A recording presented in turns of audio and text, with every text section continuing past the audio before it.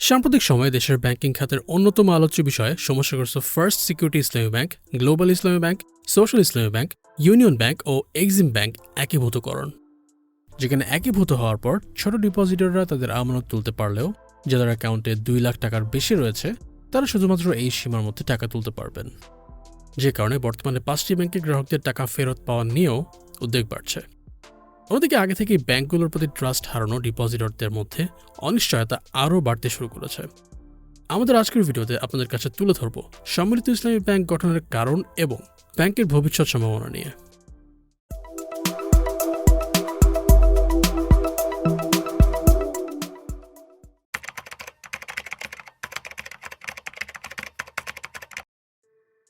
বাংলাদেশের অর্থনৈতিক অবস্থার অবনতি প্রকাশ্যে আসার অনেক আগেই দেশের অনেক অর্থনীতিবিদ আর বিশ্লেষকদের কাছে একটা বিষয় মোটামুটি পরিষ্কার ছিল যে দেশের অর্থনীতি ও ব্যাংকিং ইন্ডাস্ট্রির তুলনায় দেশের ব্যাংকের সংখ্যা অস্বাভাবিকভাবে বেশি।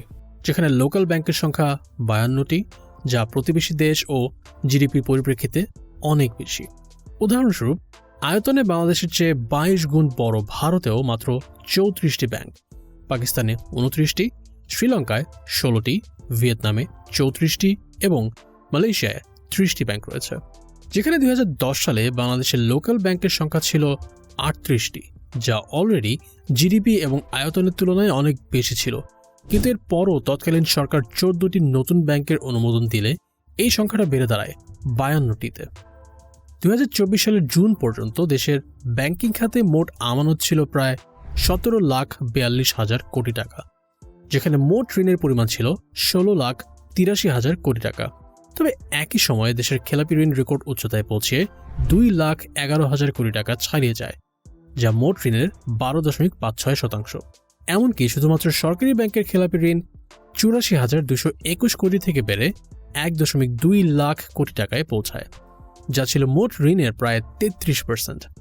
অন্যদিকে প্রাইভেট ব্যাংকের ক্ষেত্রে 88,900 কোটি থেকে বৃদ্ধি পেয়ে 99,900 কোটি টাকা ছুঁয়ে যায়, যেখানে 2009 সালে দেশের ব্যাংকিং সেক্টরের মোট খেলাপি ঋণ ছিল মাত্র 22,481 কোটি টাকা। দৈনিক প্রথম আলোর একটি রিপোর্ট থেকে জানা যায় 2025 সালের নভেম্বর পর্যন্ত বাংলাদেশের মোট খেলাপি ঋণের পরিমাণ বেড়ে 6,44,000 কোটি টাকায় পৌঁছেছে, যা দেশের মোট ঋণের প্রায় 36%।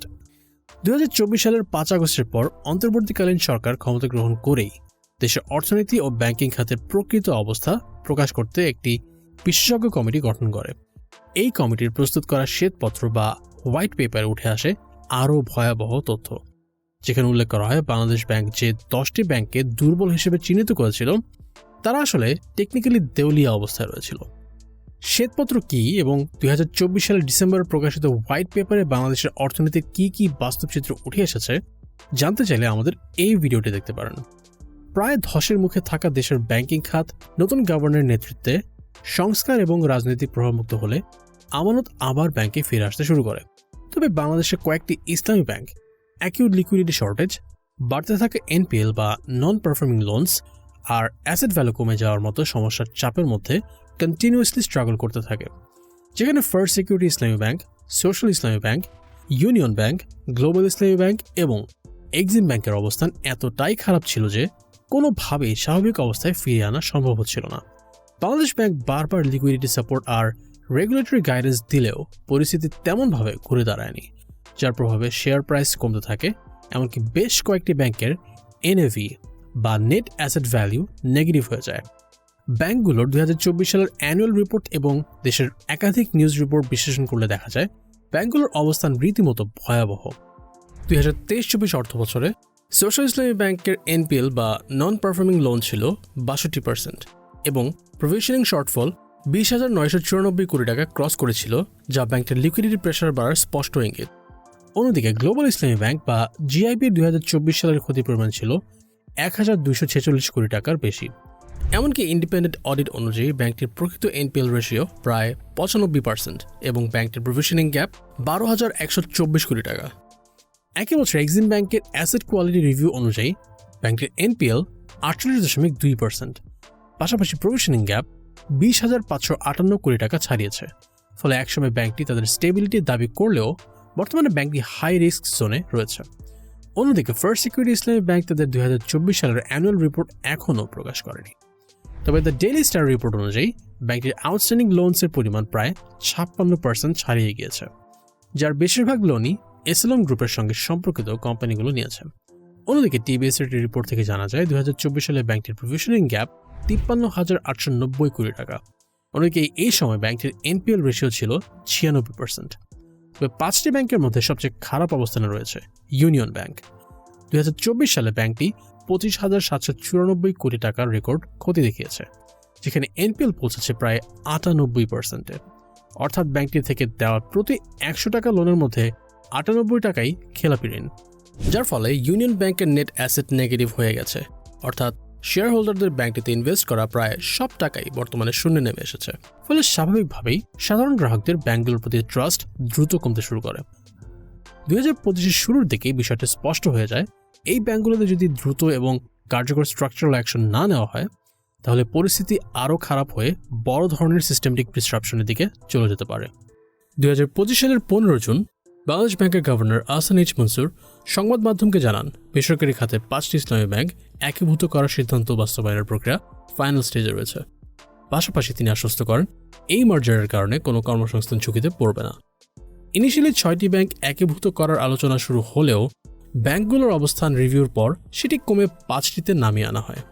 প্রথম পর্যায়ে 3টি ব্যাংক এই প্রস্তাবে রাজি হলেও সোশ্যাল ইসলামী ব্যাংক এবং এক্সিম ব্যাংক প্রস্তাবটিতে আপত্তি জানায়। এই আপত্তিগুলোর পর ব্যাংকগুলোর সিস্টেমেটিক ঝুঁকি কমেনি, বরং ব্যাংকগুলোকে ঘিরে সাধারণ মানুষের মধ্যে গুজব আরও বাড়তে থাকে। অন্যদিকে এই সময় ডিপোজিটরদের মধ্যে উদ্বেগ স্পষ্ট হয়ে ওঠে। এক্সিম ব্যাংক বারবার পাবলিক সাসপিশনের মুখে পড়ে। অন্যদিকে বাকি 4টি ব্যাংক তীব্র লিকুইডিটি ক্রাইসিস আর অ্যাসেট ইরোশনের ভেতর দিয়ে যেতে থাকে। বাংলাদেশ ব্যাংক এই সময় সতর্ক করে দেয়, ব্যাংকগুলোর সিদ্ধান্ত নিতে দেরি হলে সংকট আরও গভীর হতে পারে। 2025 সালের 16 সেপ্টেম্বর বাংলাদেশ ব্যাংক 5টি ব্যাংকের জন্য অ্যাডমিনিস্ট্রেটর নিয়োগের অনুমোদন দেয় এবং সবগুলো ব্যাংক একীভূত হয়ে একটি রাষ্ট্রায়ত্ত প্রতিষ্ঠানের রূপ নেওয়ার বিষয়টি নিশ্চিত করা হয়। নতুন এই ব্যাংকটির নাম প্রথমে ইউনাইটেড ইসলামী ব্যাংক বলা হলেও পরে চূড়ান্তভাবে নাম দেওয়া হয় সম্মিলিত ইসলামী ব্যাংক। দৈনিক প্রথম আলোর একটি রিপোর্ট থেকে জানা যায়, এই 5টি ব্যাংকের প্রায় 75 লাখ গ্রাহকের জন্য প্রাথমিকভাবে প্রায় 12,000 কোটি টাকা প্রয়োজন হবে। এই মার্জার বাস্তবায়ন প্রক্রিয়ায় মোট ইনজেক্টেড ক্যাপিটাল ধরা হচ্ছে প্রায় 35,200 কোটি টাকা, যার মধ্যে সরকার সরাসরি দিচ্ছে 20,200 কোটি টাকা, আর বাকি 15,000 কোটি টাকা আসবে সরকার নিয়ন্ত্রিত বিভিন্ন প্রতিষ্ঠানের আমানতের বিপরীতে শেয়ার ইস্যুর মাধ্যমে। একই সাথে 5টি ব্যাংকের সব শেয়ার হোল্ডার ইকুইটি বাতিল করা হয় এবং তাদের সব অ্যাসেট ও লায়াবিলিটি নতুন ব্যাংকের অধীনে হস্তান্তর করা হয়। সঙ্গে প্রতিটি ব্যাংকে 5 সদস্যের অ্যাডমিনিস্ট্রেটর প্যানেল তৈরি করা হয়। ইউনিফাইড স্ট্রাকচার তৈরির জন্য বাংলাদেশ ব্যাংক 5টি ব্যাংকের স্টাফিং, ব্রাঞ্চ, টেকনোলজি আর ট্রেজারি সংক্রান্ত ডাটা সংগ্রহ করে, যাতে ওভারল্যাপিং ব্রাঞ্চ কমানো সম্ভব হয়। একই সময় কাস্টমার সার্ভিস ও শরিয়া কমপ্লায়েন্স বজায় থাকে। একই দিনে অনুমোদন দেওয়া হয় ডিপোজিট প্রোটেকশন অর্ডিন্যান্স 2025। মূলত এই অর্ডিন্যান্স অনুযায়ী ব্যাংকগুলোর ডিপোজিটরদের টাকা ফেরত দেওয়া হবে, যেখানে আগের 1 লাখ টাকা থেকে কাভারিং সিলিং বাড়িয়ে 2 লাখ টাকা করা হয়। অর্থাৎ ইনিশিয়ালি ডিপোজিটররা তাদের ডিপোজিট থেকে 2 লাখ টাকা পর্যন্ত উত্তোলন করতে পারবেন। বাংলাদেশ ব্যাংক নভেম্বরের শুরুর দিকে ব্যাংকগুলো একীভূতকরণের অ্যাডমিনিস্ট্রেটিভ রিস্ট্রাকচারিং সম্পন্ন, একই সাথে ইন্ডিভিজুয়াল বোর্ডস ডিসলভ করে অ্যাডমিনিস্ট্রেটরদের ফর্মালি নিয়োগ করা হয়, যার ধারাবাহিকতায় 2025 সালের 30 নভেম্বর আনুষ্ঠানিকভাবে সম্মিলিত ইসলামী ব্যাংকের চেয়ারম্যান হিসেবে নিয়োগ দেওয়া হয় সাবেক সিনিয়র সচিব ডক্টর মোহাম্মদ আইয়ুব মিয়াকে। পাশাপাশি ব্যাংকটির জন্য মতিঝিলের সেনা কল্যাণ ভবনে নতুন হেড অফিস খোলা হয়। বাংলাদেশ ব্যাংক 1 ডিসেম্বর চূড়ান্ত অনুমোদন ও লাইসেন্স ইস্যু করার পর 2 ডিসেম্বর থেকে ব্যাংকটির কার্যক্রম চালু হয়। 5টি সমস্যাযুক্ত ইসলামী ব্যাংকে একীভূত করার বিষয়টি অনেকের কাছেই কার্যকরী মনে হলেও অর্থনৈতিক ও স্ট্রাকচারাল দিক থেকে এতে কিছু গভীর উদ্বেগ রয়েছে। যেখানে প্রথম সমস্যা হচ্ছে বাংলাদেশ ব্যাংকের অতীত এবং বর্তমান অর্থনৈতিক চাপের মধ্যে একটি স্পষ্ট প্র্যাকটিস লক্ষ্য করা যায়, যা হচ্ছে দুর্বল ব্যাংকগুলোকে রক্ষা করতে অতিরিক্ত টাকা ছাপিয়ে ব্যাংকগুলোকে সাপোর্ট করা। গত কয়েক বছরে দুর্বল ফাইন্যান্সিয়াল ইনস্টিটিউশনসগুলোকে অতিরিক্ত টাকা ছাপিয়ে লিকুইডিটি সাপোর্ট দেওয়ায় অলরেডি দেশে মানি সাপ্লাই বেড়েছে এবং এর প্রভাব স্পষ্টভাবে দেখা যায় দেশের ইনফ্লেশনে। এই পরিস্থিতিতে যদি কেন্দ্রীয় ব্যাংক সম্মিলিত ইসলামী ব্যাংকে আরও 20,000 কোটি টাকা নতুন করে ছাপিয়ে ব্যাংকটিতে ইনজেক্ট করে, তাহলে মনিটারি এক্সপেনশন সরাসরি অতিরিক্ত ইনফ্লেশনারি চাপ তৈরি করবে, আর ইনফ্লেশনের প্রভাব সরাসরি পড়বে সাধারণ মানুষদের উপর। অনেক বিশেষজ্ঞের মতে এই ধরনের একীভূতকরণের চেয়ে বেশি কার্যকর হতে পারত একটি মার্কেট ড্রিভেন কনসলিডেশন, অর্থাৎ যেখানে ফাইন্যান্সিয়ালি স্ট্রং ব্যাংকগুলো দুর্বল ব্যাংকগুলোকে টেক ওভার করে নেবে, যার ফলে শক্তিশালী ব্যাংকগুলো দুর্বল ব্যাংকগুলোকে লিকুইডিটি সাপোর্ট দিয়ে ফাইন্যান্সিয়াল প্রেশার থেকে বের করে আনার সুযোগ পেত। কিন্তু বাস্তবতা হচ্ছে কোনো টপ পারফর্মিং ব্যাংক এই ধরনের দুর্বল ব্যাংকের সাথে একীভূত হতে রাজি হবে না, কারণ এই সমস্যাযুক্ত ব্যাংকগুলো ইতোমধ্যেই পাবলিক ট্রাস্ট হারিয়ে ফেলেছিল। ফলে যে কোনো ব্যাংক এই ব্যাংকগুলোকে টেক ওভার করলে তাদের নিজেদের ট্রাস্টওয়ার্দিনেসের উপরেই প্রশ্ন আসতে পারে, যেই কারণে স্ট্রং ব্যাংকগুলোর লয়াল গ্রাহকরাও ফান্ড তুলে নেওয়ার সম্ভাবনা তৈরি হতো। এতে একসময় এই ফাইন্যান্সিয়ালি স্ট্রং ব্যাংকগুলোরও ফাইন্যান্সিয়াল প্রেশারে পড়ার সম্ভাবনা দেখা দিতে পারত। তবে এখানে একটা গুরুত্বপূর্ণ প্রশ্ন থেকেই যায়, ব্যাংকের মতো প্রতিষ্ঠান যেখানে নিয়মিতভাবে ফাইন্যান্সিয়াল পজিশন অডিট করা হয়, সেখানে এত বড় মাত্রার ফাইন্যান্সিয়াল চাপ ও লিকুইডিটি সংকট অন্তত 5 বছর আগেই শনাক্ত করা সম্ভব ছিল। ব্যাংকগুলোর টপ ম্যানেজমেন্ট সে সময় এই ধরনের ঝুঁকি আগাম বুঝতে পারেনি, এটা বিশ্বাস করা বেশ কঠিন। যদি সে ফাইন্যান্সিয়াল দুর্বলতার ইঙ্গিত ধরে 4-5 বছর আগেই শক্তিশালী ব্যাংকগুলোর সঙ্গে মার্জারের উদ্যোগ নেওয়া যেত, তাহলে বর্তমান ব্যাংকিং সংকট অনেকটাই এড়ানো সম্ভব ছিল। বাস্তবতা হলো, ব্যাংকিং ডেটা ট্রেন্ড ও বিভিন্ন স্ট্রেস ইন্ডিকেটর আগেভাগেই এই পতনের আভাস দিচ্ছিল, কিন্তু এর প্রেক্ষিতে সংকটে থাকা ব্যাংকগুলো সময়মতো প্রতিরোধমূলক পদক্ষেপ নিতে ব্যর্থ হয়েছে। তাহলে প্রশ্ন হলো, দুর্বল ব্যাংকগুলোকে স্বাভাবিক অবস্থানে ফেরাতে সবচেয়ে গুরুত্বপূর্ণ বিষয়টি কি? উত্তরটা খুবই সহজ, ডিপোজিটরদের টাকা এবং পাবলিক ট্রাস্ট ফিরিয়ে আনা। কারণ ব্যাংক টিকে থাকে মানুষের বিশ্বাসের উপর, কোনো নতুন নাম বা লোগোর উপরে নয়। যখন সেই আস্থা ভেঙে যায়, তখন শুধু মার্জার বা গভর্নমেন্ট অ্যানাউন্সমেন্ট দিয়ে সেটি ফিরিয়ে আনা সম্ভব হয় না। কারণ 5 জন ভিক্ষুক এক হয়ে ব্যবসায় নামলেও দিন শেষে সেই ব্যবসাটি কিন্তু ভিক্ষাই থেকে যায়।